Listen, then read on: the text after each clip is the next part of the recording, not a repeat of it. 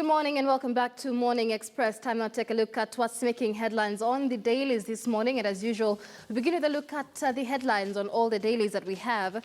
And on the Standard newspaper's front page, I am NASA principal number 5, says Governor Isaac Ruto, confirming that he is indeed joining NASA ahead of the elections. On the front page of the Daily Nation, scores injured in party poll clashes.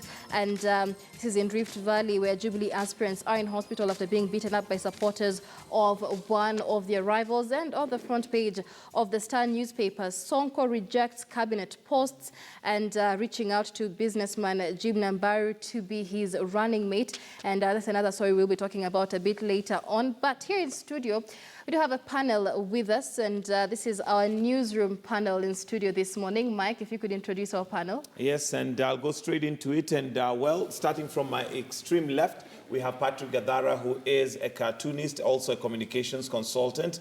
We have Eric Odor, who's the Secretary General for Kenya Union of Journalists. And last but not least, we continue with Brian Mutei, who had joined us earlier, political analyst. Gentlemen, thank you for joining us this morning. And just an update before we go into reviewing the newspapers and looking at some of the stories that have been making headlines. But news coming in that John Nyangarama, who is a governor, has been declared a winner with 17,487, with Dr. James Gesami managing 12,126, and John Kumenda with 939 votes. So, of course, details coming in, and that's for Nyamira County.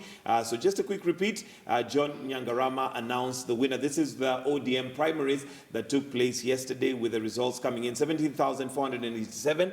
That's the incumbent, basically scooping it right there. Dr. James Gesami managing 12,126, and John Kumenda 939 votes. Gentlemen, thank you for joining us this morning for Newsroom. But let's start with the newspaper review. And of course, we'll start with the Standard. I am NASA principal number 5. And that's according to Isaac Ruto. And your thoughts, Gadara? Principal number 5 in an already crowded. Well, yes, is it? I mean, there's so many fingers in that pie. You know, I think it's going to make it pretty hard for them now. I know going forward, who are they going to pick? They already had a problem with the top with the 4. You know, in fact, it had narrowed down, I think, to 3. To be quite honest, I don't think Wetangula was looking very likely to be getting a post. But they're already having problems there. So it's simply adding more people there, more cooks into this broth. I doubt that it's going to Although help their case too much. Isaac, he has said he's defending his gubernatorial seat, so he's not going for president. Yeah, that's true. He's not going for president, but he will have his preferences, his demands that they've got to cater for, you know, stuff like that. So I think still it's going to be a situation where they're having I mean, the wrangling continues. But are they really going to make good their promise? Because he says that he's been promised equal status and a power-sharing deal. And we know NASA and the history of betrayal that lies within it. Well, is this likely the history of MOUs? Yeah, precisely. It's not just NASA, you know. The moment somebody becomes president, he's president. You know, there's no sort of, he is the first among equals. There's no equals. You know, Kibaki showed it, you know, demonstrated it. I think to some extent, Uhuru has demonstrated the same thing. Once he's president, and it seems all these pre-election discussions and agreements sort of lose their force once the election is done, and you have to start renegotiating sort of your position once again. All right. Eric? Yeah, I think number one, I think we are not expecting any problem in there, because what NASA seems to be looking at, the strategy here is the game of numbers. They are trying to see how they consolidate in different parts of this country so that they can have the numbers. However, my concern is, and it should be a concern of every Kenyan, is that are we going to sit down and see people sharing the resources of this country in terms of cabinet positions and the government positions, or we are going to allow the qualified people to apply for these jobs? Well, that is my concern. Yes. Yeah, Mike, I want to say that NASA is nearing where it was some time by coming up with the issue of the Pentagon. And you can see now it is almost taking the shape of the face of the country, in the sense that at least, say, for Wetangula and Mudavadi, who are coming from one side, that they are now looking like, you know, a little bit comprehensive in terms of representing people from the geographical regions that form the country called Kenya. But I also want to challenge them if they can improve on that by including more, you know, from maybe other areas such as, you know, coast, where Joho can be elevated also to be part of the principles number 6, so to speak. But again, this is also working for them. As he said, that it's not going to complicate much because Isaac Ruto, number 5 here, as he's calling himself, is not going to, you know, seek for any other position other than the gubernatorial seat. And therefore, if they can work well without being, you know, pushed so much by the electorate or their supporters, I think they can come up with maybe a situation where they can find themselves being able to attract people and the supporters all votes from all sides of the country. Okay, and I think what we could do this differently. We can actually look at some of the stories that have made headlines, because some of them are in the dailies, and we'll keep referring to the dailies. And now that we are on this NASA and the fact that ODM has already begun their primaries, let's look at the coverage that we have had so far of the primaries. And this, of course, started last week, Thursday, continuing yesterday. Today, there was meant to be some more primaries, but they have been cancelled. Let me start with you, Eric, in terms of how we have covered this and how we've brought out the story of what's going on in Mashinani. Yeah, I think the media has done a good job. Starting last week when the primaries began for the ODM, I could see different media houses, actually television stations on site, trying to... Those presence. Exactly. Giving us live coverage what is happening there. We've seen the media making follow-ups, going to Orange House, trying to find out, telling Kenyans what is happening, raising the issues that have been raised by the candidates or by the aspirants who are vying for various positions. And I think so far the media has done a good job, because the media is just a mirror in the society. We are just supposed to sit there and see that, okay, this is what is happening on the ground. We know we've had the issues to do with violence, and again, of course, the politicians will always say that the media. I read somewhere yesterday where somebody was complaining that the media only concentrates on the negative. But that is what is happening. So I sometimes ask myself, if there is violence, where are we going to get peace? Yes. Yeah. I mean, they already have violence there. So But now, exactly. Eric, when you talk about the media having done a good job in terms of that coverage, there is the live coverage. There's what is happening, and that's happening, and it's organic. It literally just, we cover what is happening. But by now, we're already on day 4, I think, or 5 of the primaries. Should we already be looking at a little bit more deeper analysis of why, first of all, there's violence, why there's areas as to, there seems to be favorites, there are areas where they're using the IEBC register, there are areas where they don't have it. Should we already be bringing that down the headlines? Absolutely. It's an important issue, Mike, that you have raised. And I've always said that when it comes to electoral process or electoral management, we need to have found some sort of good standing as stakeholders. As you said, media is one of the stakeholders. And when you look at where we are getting it wrong, as I said before, and I said this in our opening sort of contribution, that the electoral laws that we are operating under are really stringent in the sense that they are really restricting us through a very narrow path. And until we demystify and, demystify further the laws, is when we are likely to see, the playground coming a little bit more friendly. Because as we are talking right now, it's very hostile, especially in areas which are perceived to be strongholds of ODM and the Jubilee. Other areas, maybe issues are not that, hectic. But for the areas perceived to be strongholds of Jubilee and ODM, it's chaotic, Mike. All right, Gadara, your thoughts on the coverage again, so far? my constant criticism of the press is that they will focus on the form of what's happening and not the substance of it. I think the question you asked about why the violence is happening is very pertinent. I think we need to go back and look. Lots of it is driven, I think, by the fact that people don't have credible mechanisms, that people believe in, if you will, to deliver a credible result. And this is the same thing that's mirrored at the national level, and I think what we should be asking right now is what are the lessons we are learning now from the nomination process, that will then tell us something about how we carry out the proper election in August. How will that be informed, etc. So if we're already seeing potentials for violence now, what are the potential? What's the wider potential for violence in August, and what's being done to mitigate that? I don't think we should be waiting till the election is upon us for us to start revisiting the issues that were being raised a few months ago about the system we're going to use, about the credibility of the IEBC, about the systems we've put in place to ensure that the election is free and fair. So I think in that sense, I would say that the media kinda is behind the curve for that. Yes, they will report, as you said, it's true. They will be there on the ground saying this and this happened, but it's actually what it means and what lessons we should carry forward. It's more than just being a mirror to society.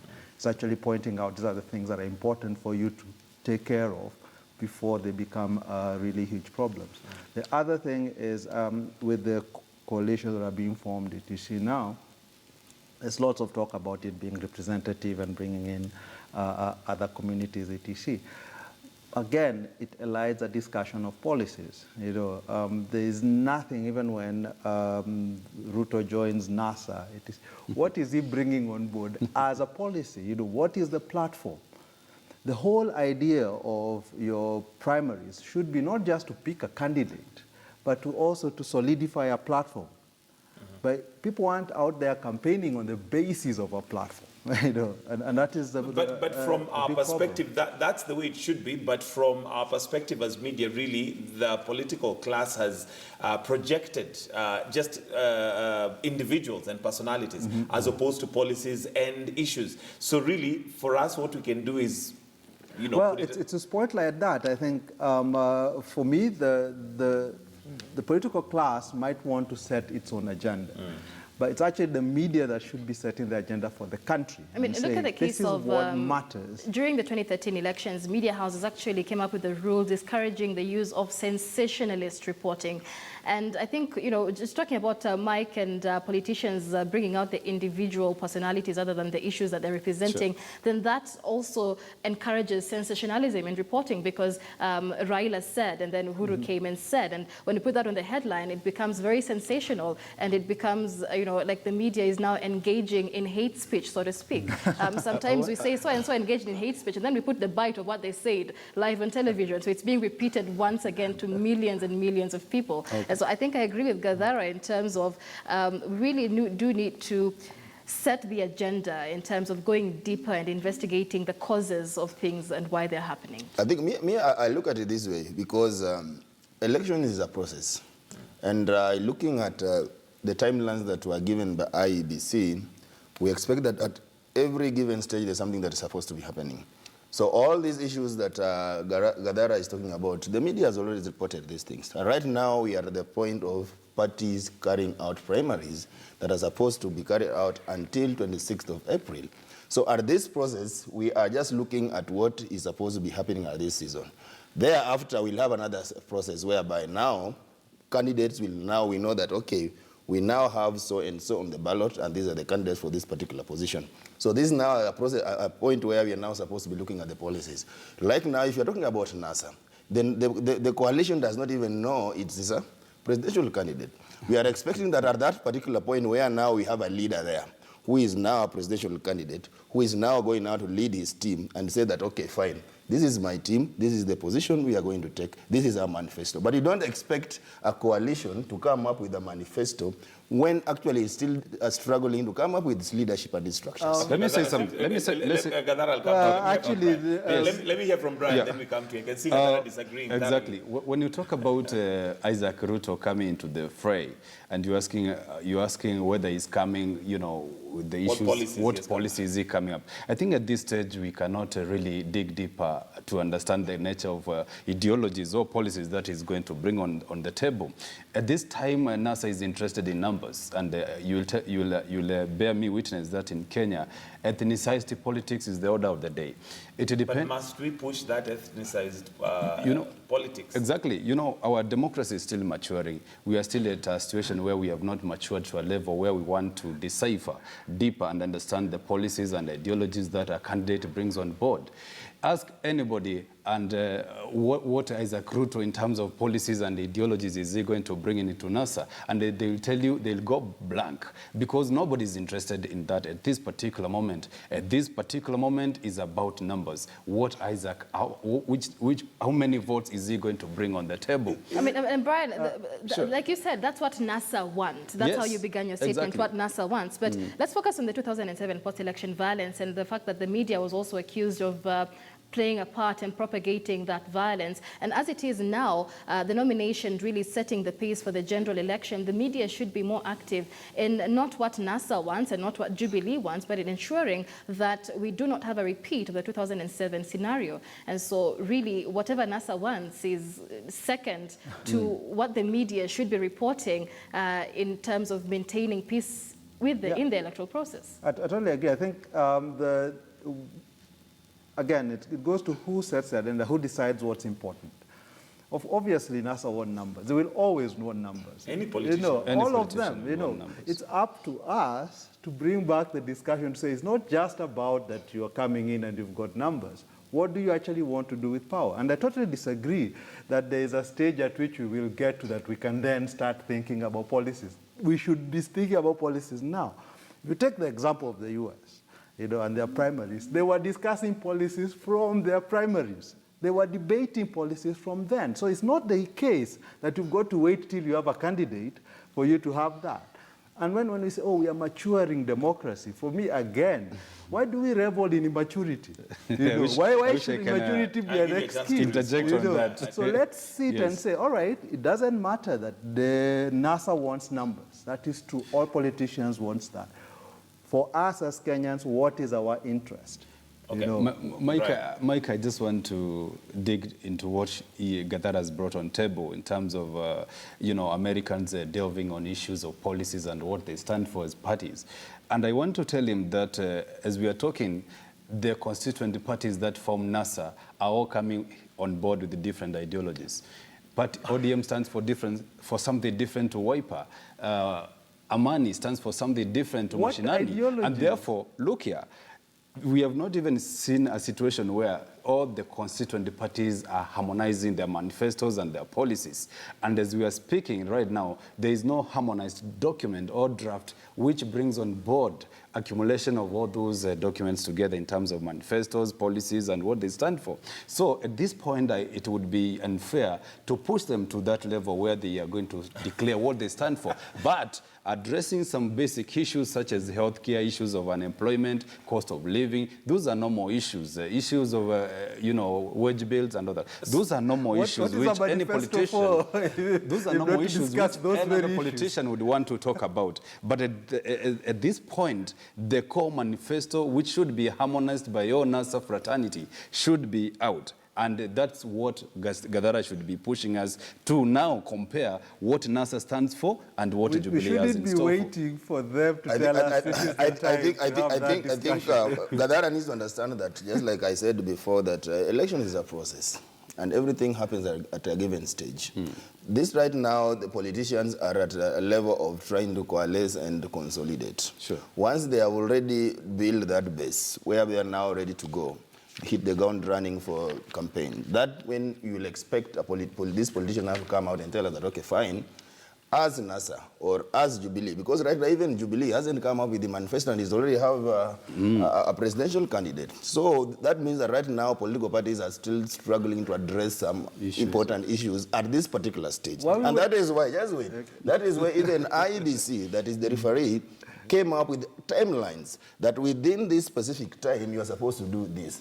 And that is why right now what is important to political parties and any politician right now is trying to get the candidates, the right candidate for that matter. Once you now have candidates, that's when even as a political party you can now sit down and say that, okay, fine, and give a direction. I'm going to say, let's hold that conversation for a moment.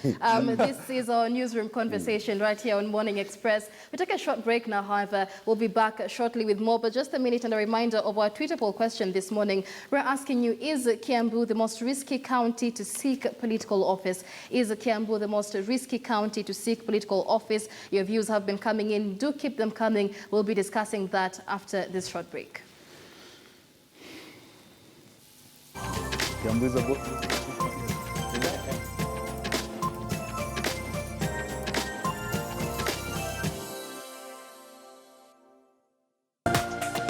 This is KTN News.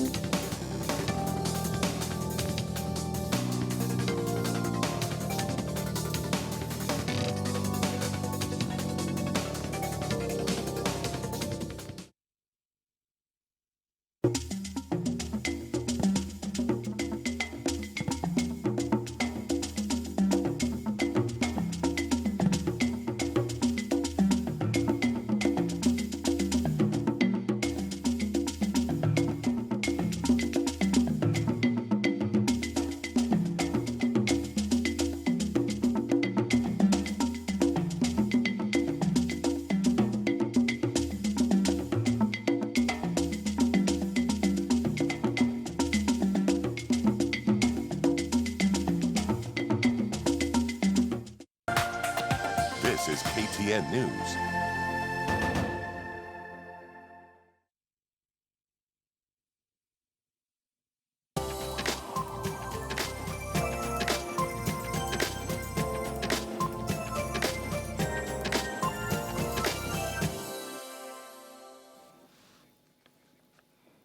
Welcome back to our newsroom conversation. We're taking a look at how the media has covered some of the top stories making headlines this week.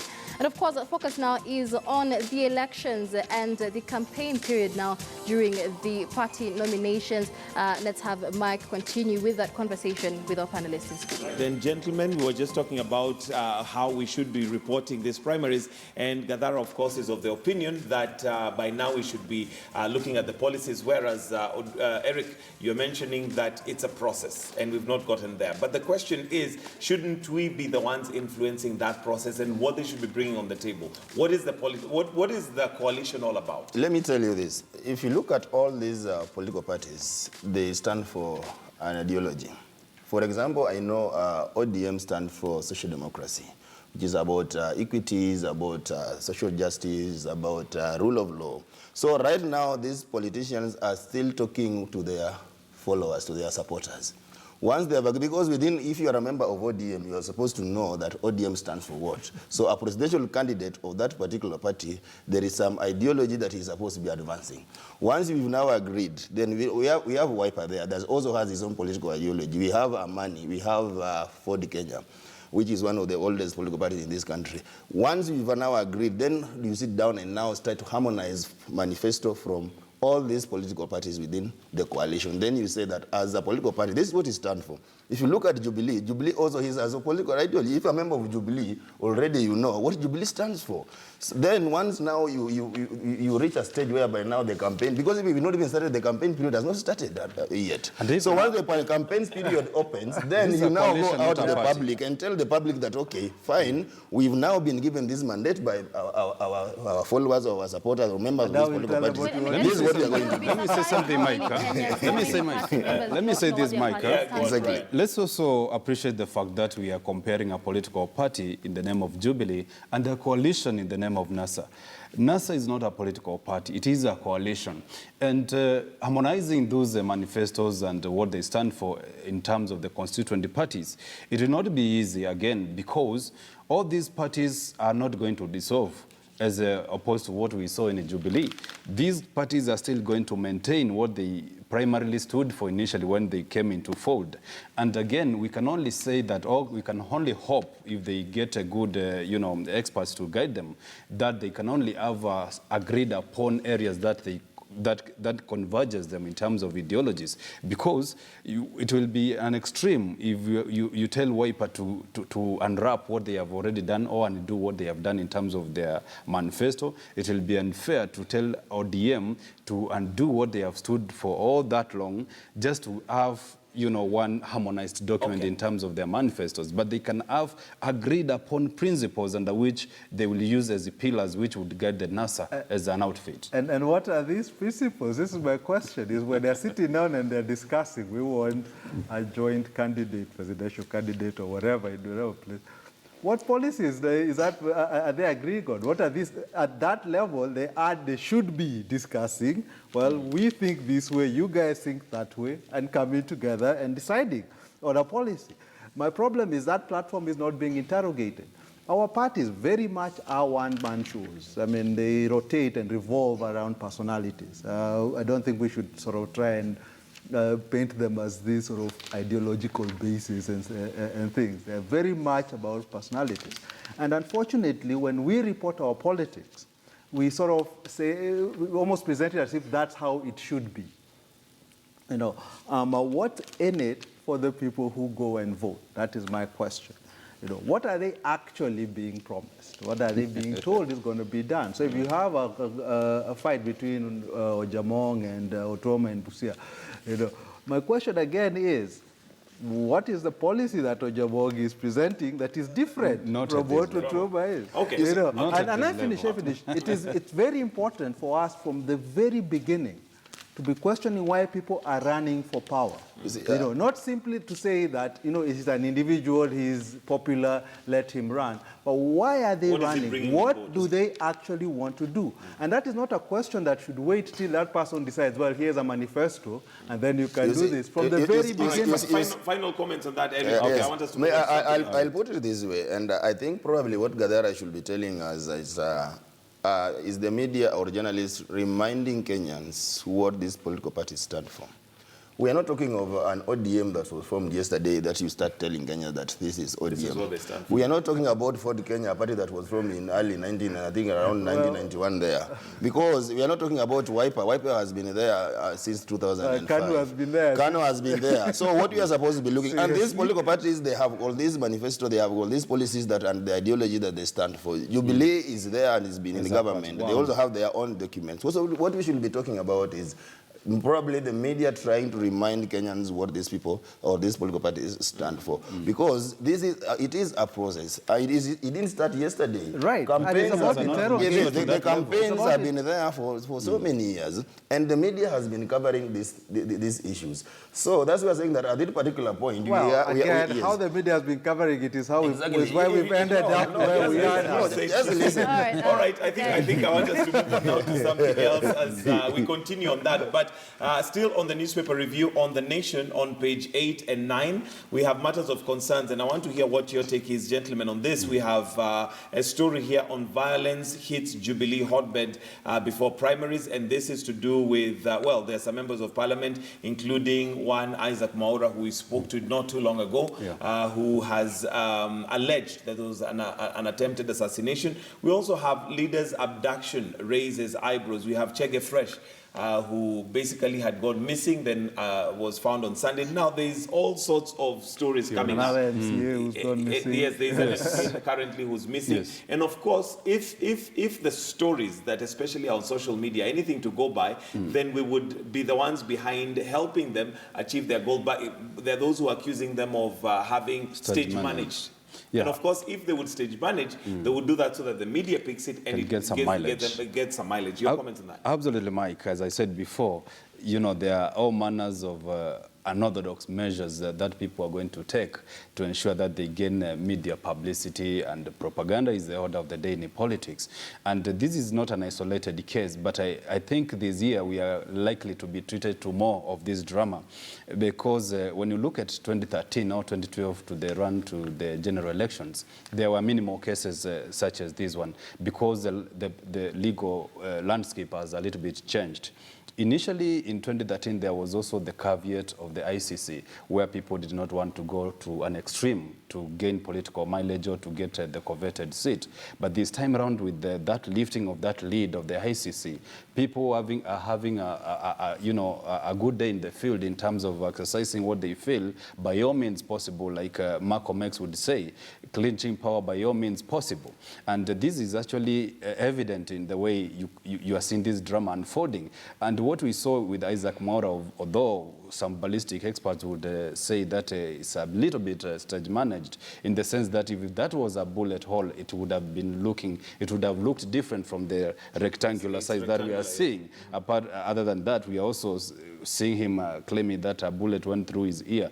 If it was a bullet, although I'm not a ballistic expert, as I said, we should have seen that ear being, shattered completely. And for him to claim that maybe is also a way of winning that sympathy from the electorates from his area. But again, I do not want to rule out also issues of violence also. As you can see on page 8 of the Daily Nation, there is somebody fighting for his life, for her life. Is it he or she? It's he. It's a he, yeah, fighting for her life in a hospital. And this shows you, these are representative of what we are likely to be seen, to see in the political arena if some sort of, sobriety is not going to be exercised, and the sort of, checks and the balances from the security apparatus that are existing to ensure that people do not go to an extreme. Maybe if I could just chip in, because that's a question we did ask our viewers this morning with regard to the issue of Kiambu County, whether it is one of the most dangerous counties to campaign in. And Christopher Oma here says,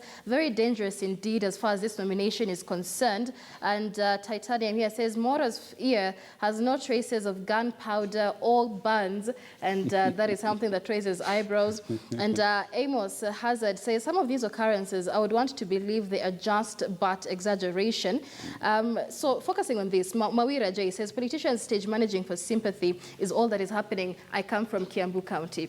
So this being said, and bringing in the issue of sensationalist reporting, because in the case of Isaac Mwaura, he has somebody he's blaming, Simon Kingara, I believe. His opponent. And, so he comes out and says, Simon Kingara is trying to kill me. I have an assassination. There's an assassination attempt, and you see his supporters and those of Simon Kingara now literally starting to hate each other even on social media. So as much as we are highlighting these cases, again, they're also creating or polarizing a certain group of people out there. Well, so how then should the media go about this? Well, I think the question you should be asking is to the police, because when somebody makes these claims, and assuming you do actually turn up at a police station and make that claim, do a report. Yeah, so, what's the follow-up on that? And if in case it is found out to be a false report, it is a crime, to make a false report to the police, and then what happens? So there has to be a consequence, to this. So we stop this thing of he just said and we forget about it, Let's actually follow it up as if it's a serious allegation and ask, then what happens? Go to the police. Has a report been filed there? If it hasn't been filed, then this is just talk. If it's actually filed a police report, then let's follow that police report.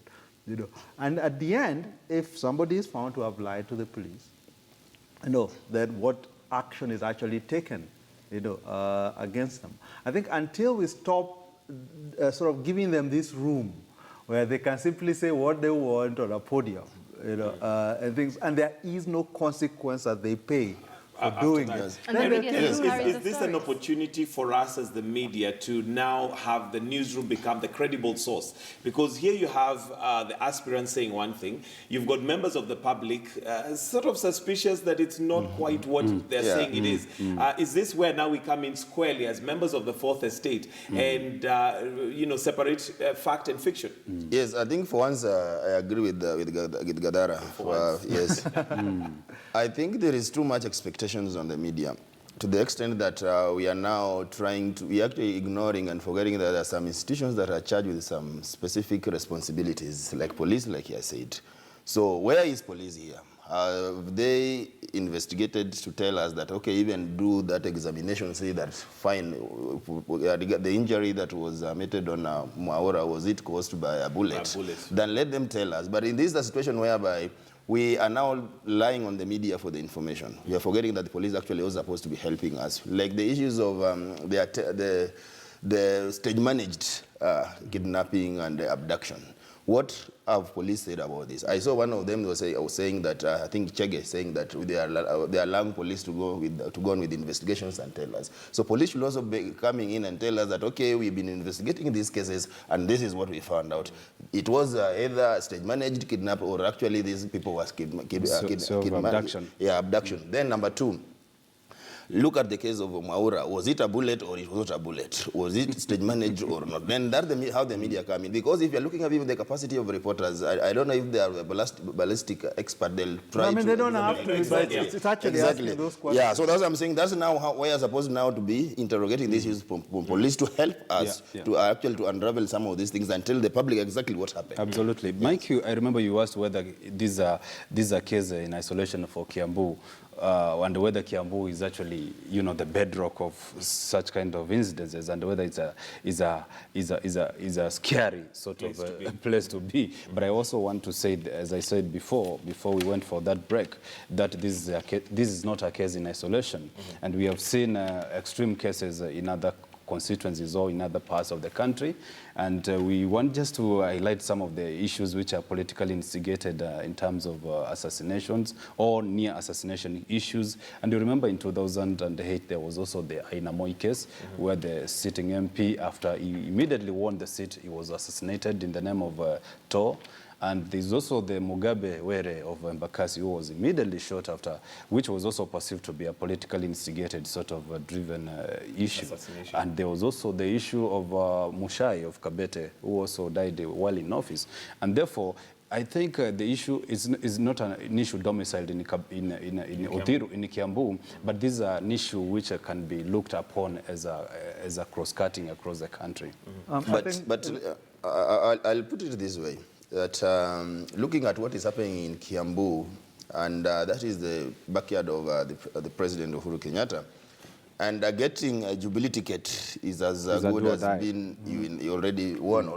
You'll have like around 90% of chances of winning. So everybody is fighting and using all means. Propaganda is also a tool that is used in politics. And actually that's what is happening in Kiambu, that everybody is doing all he or she can to ensure that they get the Jubilee ticket. Once you've gotten a Jubilee ticket, in Kiambu, you're home and dry. You're up to 90%. The same way you've seen even in Nyanza, in Luo Nyanza or in Western Kenya, that everybody is trying to get a ticket of a party that is popular in that area. So once you've gotten this party, you are home and dry. You're 90% in parliament. And I think that's what is happening in Kiambu, whereby violence is used actually to get the political support. Propaganda is being used to get political support. So in short, what we're saying is that in regards to that now, what we should be doing as a media is coming in and looking for the experts to give us the truth of what happened and the investigations. Because with abduction, there should be traces maybe within the blood samples of but it's about following up on this and ensuring that the institutions that are tasked with doing these jobs actually doing their work.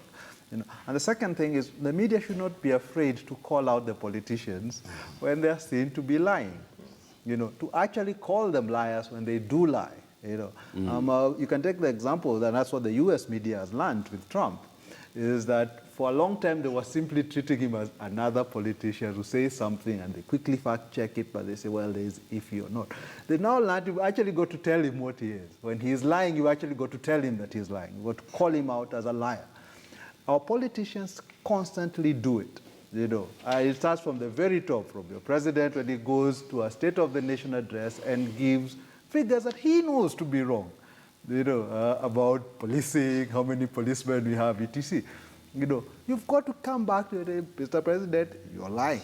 You know, and we've got to tell the people so that they can start distinguishing. Who's going to build the cat? So we are not caught up in this he said, she said bit where the truth doesn't matter. You know, we've really got to insist that there is a bedrock, there is a reality.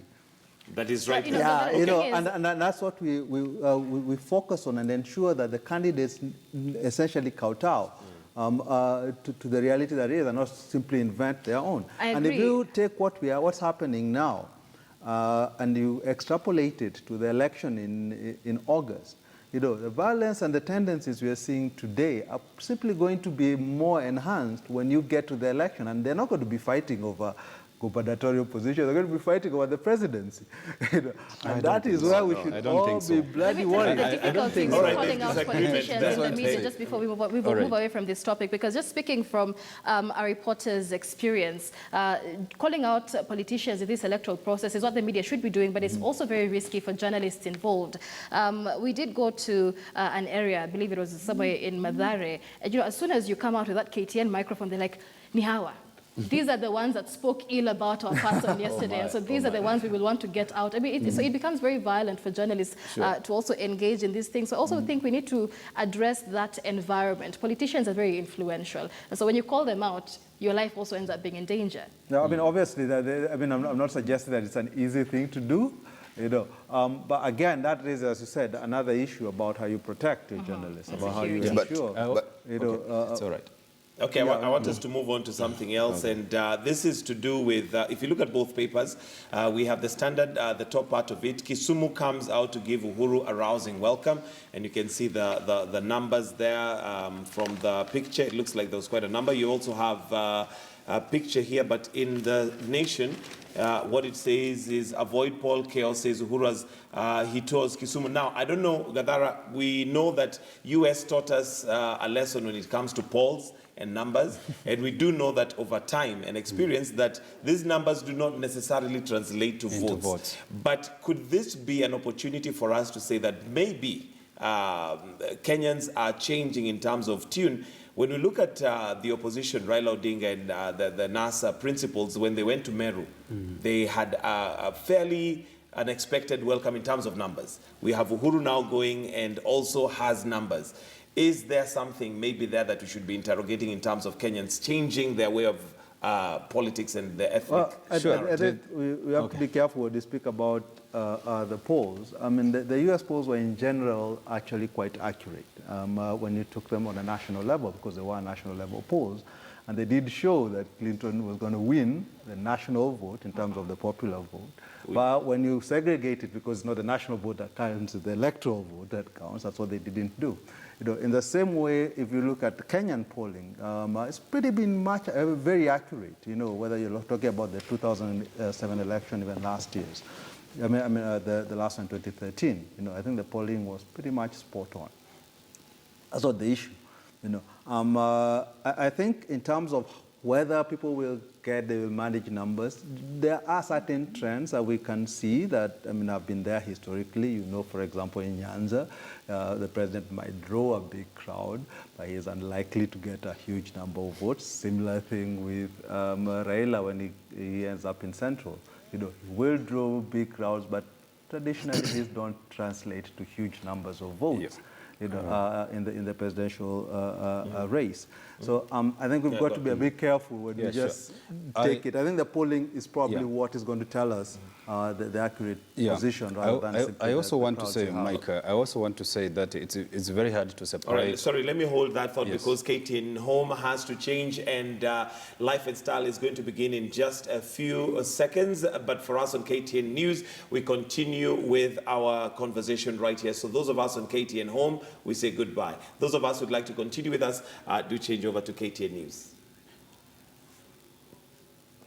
All right, sorry about that. Yeah, sure. Thank you, Mike.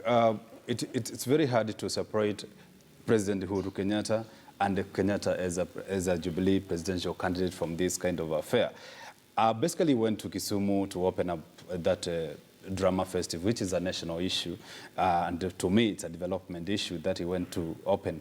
And going there, people are going there to see the President of the Republic of this country, but not to see a Jubilee candidate, because if we went there as a Jubilee candidate, people would not want to be so much associated with him. Everybody wants to catch a glimpse of the President. Even when you were growing up, Mike, you really wanted to see President Moi, President Kibaki at your time, and this is not exceptional. But again, whether numbers translate into votes, I think is right. Numbers do not necessarily turn to be, you might even experience a small crowd, but at the end of the day, you bring some surprises in having a bigger vote basket.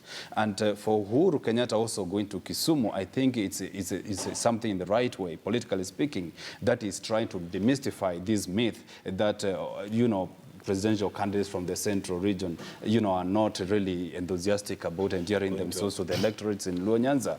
And again, there has been that historical sort of bitterness between the Luo community and people from the central community. And the incident of 1969 is still fresh for those who are still alive when, there was that massacre that happened after, President Mzee Kenyatta himself now was actually, bowed down and his entourage stoned, when he went to open that hospital. And therefore, this kind of visit, which is 6th in a row actually for the president, is very significant for him because he's actually telling the people, look here, I'm not as tribal as people would want to see me. I'm a man of the people and I represent the country fully. And I'm not, a president domiciled to a region called Central Kenya. I'm here to seek your votes and give me another nod for the presidency. And therefore, for Uhuru Kenyatta to go there, it's a big testimony that he's a man of the people. To me, I'll see it this way, that number one, Kenyans actually, they have no problem with their leaders.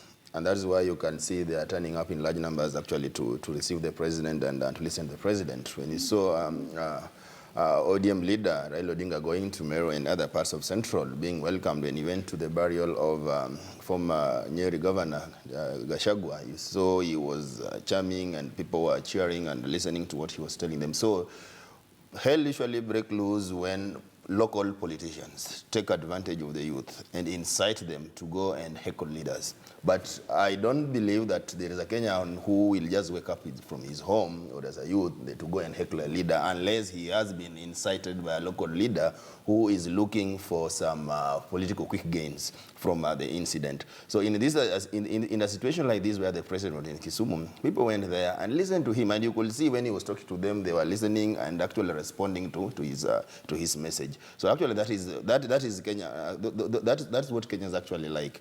Kenyans know that peace is important, and I usually say that we don't need to tell Kenyans that peace is important. They know that peace is important, but now the problem that we have in this country is politicians. A few politicians who want to make political gains from a situation whereby you go there, you heckle the president, and then you want to be seen as a hero of that particular area.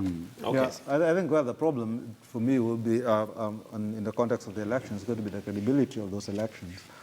The violence doesn't come from simply people who want to fight. I think you're very right. Lots of people prize this peace and calm. But they also do care about whether the results of the elections are credible. And I think the lesson that we are learning from the nominations, just as the lessons from our history, is that every time you've got the elections that are seen as not credible, violence results, people will protest, etc. So I think this should really put an emphasis on IEBC for the August poll to ensure that it is not only carrying out a credible poll, it's actually seen and understood to be credible. Okay, and I guess that's where we are going to wind up, but maybe just looking at the Star and the headline, Sonko rejects cabinet post.